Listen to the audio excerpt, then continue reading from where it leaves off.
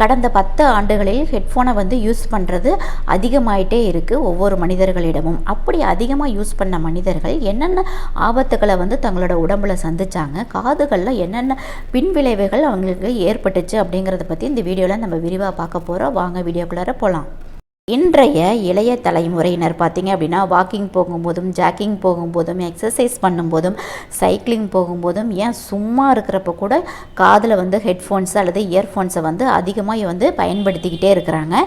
இதனால் உலகம் முழுவதும் சுமார் 100 கோடி இளைஞர்களோட கேட்கும் திறன் வந்து பாதிக்கப்பட்டிருக்குதுங்க. ஹெட்ஃபோன் அல்லது இயர்ஃபோன்ஸ்லேருந்து வரும் மின்காந்த அலைகள் மூளையில் வந்து மோசமான ஒரு விளைவை வந்து ஏற்படுத்துதுங்க. இதனால் ஒற்றை தலைவலி போன்ற பிரச்சனைகளை வந்து உண்டாக்குது.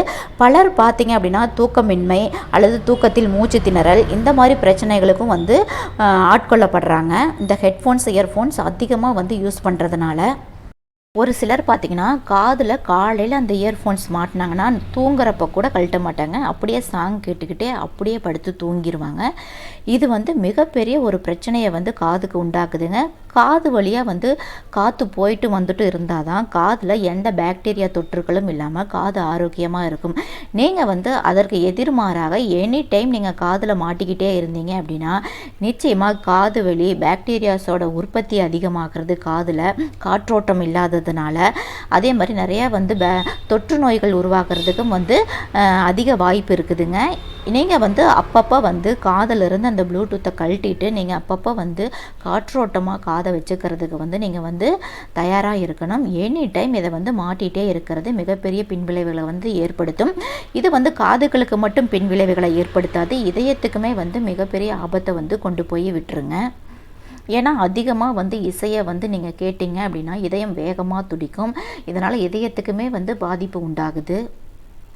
நீண்ட காலமாக வந்து ஹெட்ஃபோன் யூஸ் பண்ணிகிட்டே இருக்கிறவங்க, அது இல்லாமல் என்னால் இருக்கவே முடியாது அப்படின்னு இருக்கிறவங்களுக்கெல்லாம் கண்டிப்பாக மன அழுத்தம் இருக்கும், டிப்ரெஷன் இருக்கும், பதற்றம் இருக்கும், கவனச்சிதறல் இருக்கும்.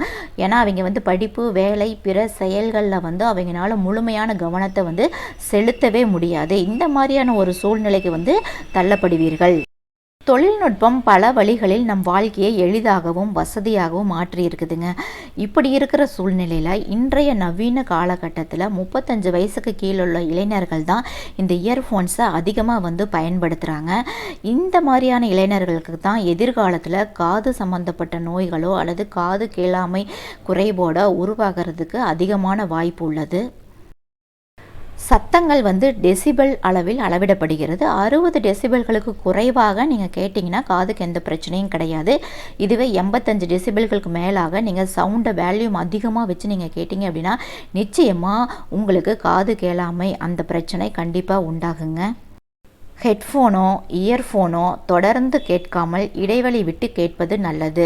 அரை மணி நேரம் நீங்கள் வந்து ஹெட்ஃபோன் யூஸ் பண்ணிங்கன்னா 5 நிமிஷம் ஓய்வு கொடுக்கணும் உங்களுடைய காதுகளுக்கு.